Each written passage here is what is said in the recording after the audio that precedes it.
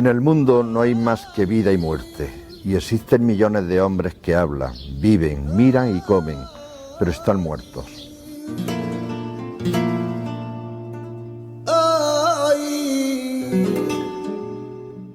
Y la grandeza de Lorca, o una de sus grandezas, está precisamente en ese juego de opuestos que él traba con una fuerza deslumbrante.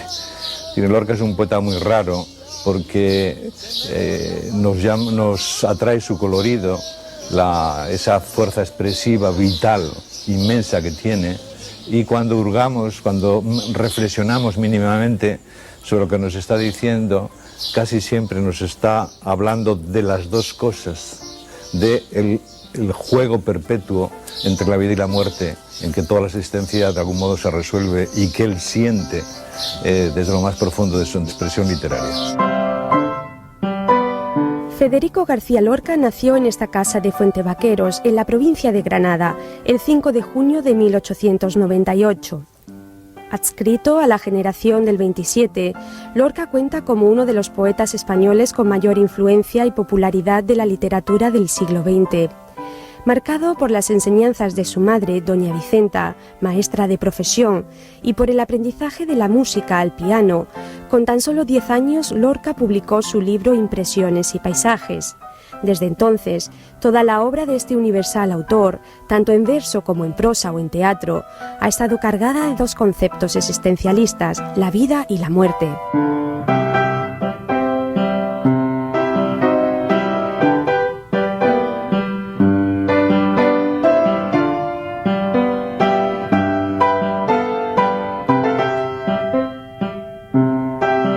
Yo lo conocí muy joven, cuando estaba, y era muy alegre. Federico era muy alegre. Y tocar el piano como tocaba el piano, que parece que lo estoy viendo tocar el piano así.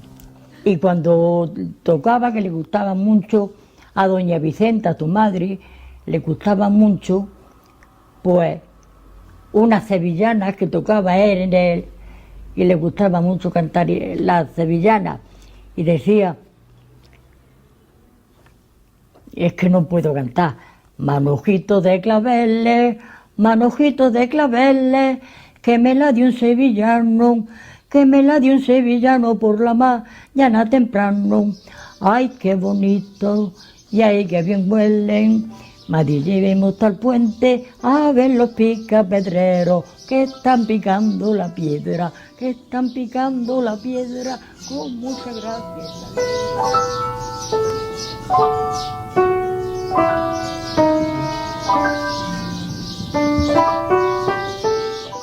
El concepto de la vida suyo nace de la tierra, nace del subterráneo, nace de las aguas que brotan al lado de su casa. Filosóficamente empieza con algo que no es en principio muy tangible, porque él se figura en un mundo ideal de la Vega, lo ha idealizado, y esos son todos sus primeros, son poemas de amor, son poemas, bueno, y después cuando lo convierte ya todo eso en el diván del Tamarí, ya es la obra más mágica y es el resultado de lo que ha vivido desde el principio. Durante 10 años, desde 1918 a 1928, Federico García Lorca se instaló en la Residencia de Estudiantes de Madrid.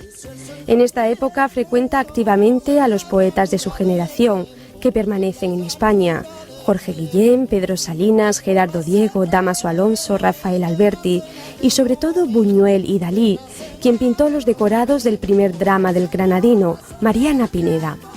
La vanguardia española y el contraste entre el campo y la ciudad entra así en su vida. En 1929, y tras una crisis sentimental, Lorca realiza un viaje a Nueva York, de donde surge su libro Poeta en Nueva York. Allí entra en contacto con las minorías negras que influyeron decisivamente en su obra, como lo hicieron los gitanos en su romancero gitano o los judíos, o como lo harían los sones cubanos.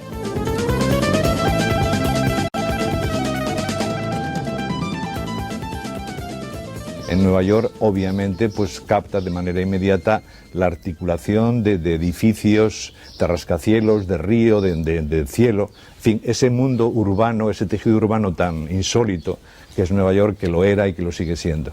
Y entonces trata de incorporarlo a su poesía. Y sin embargo lo capta profundamente, es decir, la última gran traducción que se ha hecho al inglés de Poeta en Nueva York tuvo un éxito enorme en Estados Unidos, porque resultaba todavía novedosa para los lectores de habla inglesa esa visión de un poeta europeo, de un poeta andaluz frente al mundo neoyorquino.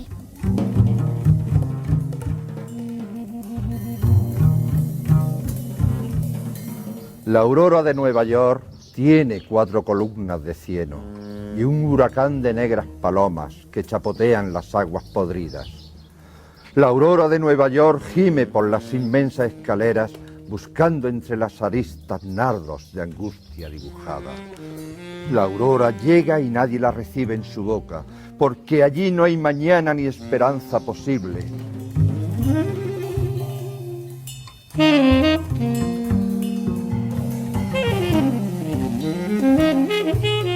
Durante la Segunda República Española, Lorca fue nombrado codirector de la Compañía Estatal de Teatro La Barraca, donde disfrutó de todos los recursos para producir, dirigir, escribir y adaptar algunas obras teatrales del siglo de oro español. Escribió en este periodo Yerma y Doña Rosita la soltera y también Bodas de sangre. En todas ellas, de nuevo, la vida y la muerte ondean el escenario del drama con una gran intensidad. Un suceso real aparecido en la prensa de la época en este cortijo del fraile de los Campos de Níjar, en la provincia de Almería, fue el que inspiró la obra Bodas de sangre. Una mujer, Paca la coja, enamorada de su primo, no quiere someterse a un matrimonio impuesto. La misma noche de bodas intentan escaparse. El drama estaba garantizado.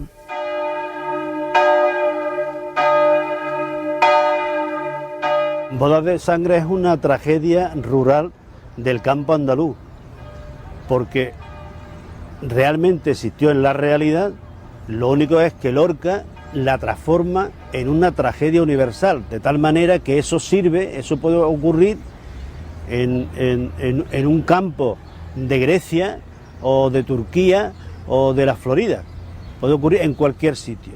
¿Por qué?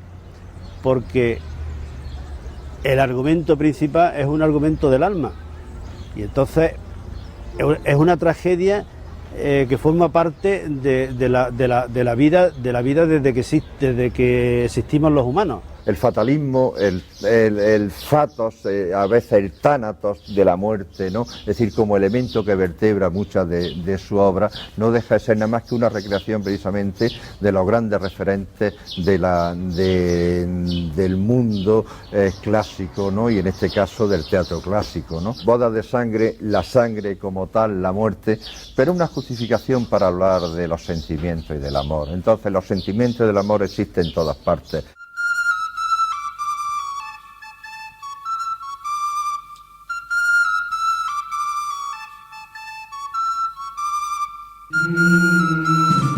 La madrugada del 18 de agosto de 1936, en el contexto de la Guerra Civil Española, Federico García Lorca fue asesinado en el camino que va de Biznar a Alfacar, y su cuerpo permanece enterrado en una fosa común anónima en algún lugar de esos parajes, con los cadáveres de 2 banderilleros y un maestro nacional ejecutados con él. España y el mundo había perdido a uno de sus grandes poetas en la plenitud de sus facultades creadoras. ¿Habían diseñado algunos de sus personajes su propia muerte trágica? Tras ella, un halo de vida acompañó su memoria, vida y muerte, muerte y de nuevo vida. Se le vio caminando entre fusiles, por una calle larga, salir al campo frío, aún con estrellas de la madrugada. Mataron a Federico cuando la luz asomaba. Se le vio caminar. Labrad, amigos, de piedra y sueño en el Alhambra, un túmulo al poeta sobre una fuente donde llora el agua y eternamente diga: el crimen fue en Granada, en su Granada.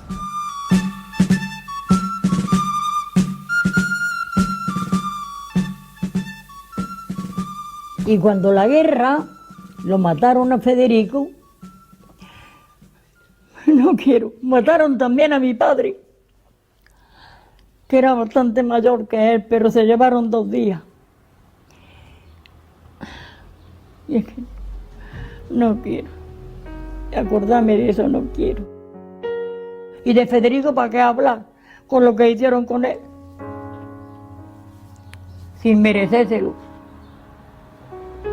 Porque él no se había metido en política sin mí, se había metido en nada. Y si es mi padre, ¿para qué decir?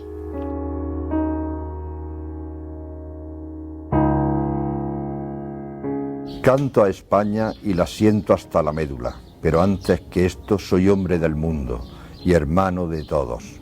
Desde luego no creo en la frontera política.